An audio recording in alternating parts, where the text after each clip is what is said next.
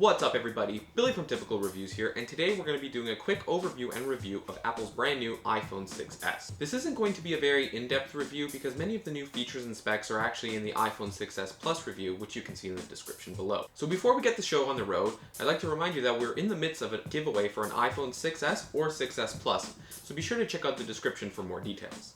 You might be asking yourself, what's the difference between the iPhone 6s and the 6s Plus besides the Plus designation? And to be honest, the difference is what the Plus implies. The iPhone 6s is 20mm shorter, 10mm less in width, and 2mm thinner than the S6 Plus. In terms of weight, the iPhone 6s weighs 50 grams less. This is due to the dimensions of the phone and the smaller battery compared to the iPhone 6s Plus. Speaking of battery, since the battery is smaller than in the S6 Plus, you'll have to charge it a bit more often, but that can ultimately depend on how you use it. The screen is where you'll notice the biggest difference. The iPhone 6s has a 4.7-inch screen with a resolution of 1334 by 750 pixels. This is in contrast to the S6 Plus's 5.5-inch 1080p display. That's not to say that the S6's display is inferior, but the S6 Plus display is better to enjoy media on your phone. Finally, the iPhone 6s does not have optical image stabilization for taking pictures or videos. So why should you get the iPhone 6s?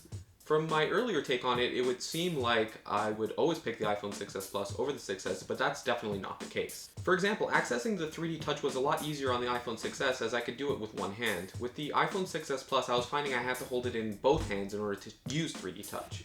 The iPhone 6s Plus is great for consuming media on your phone, but from a day-to-day perspective, I much prefer the iPhone 6s because of its size. I don't really have that big of hands, so for me, being able to use it with one hand all the time was really great.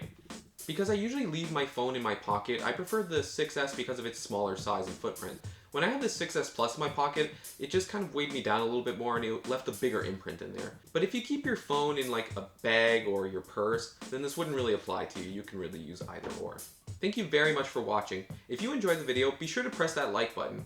And I'd also like to hear your comments on which phone you'd rather have, the iPhone 6s or the 6s Plus. And if you haven't already, be sure to subscribe to Typical Reviews for more videos just like this one. Thank you very much for watching, guys. I hope you have an awesome day, and peace out.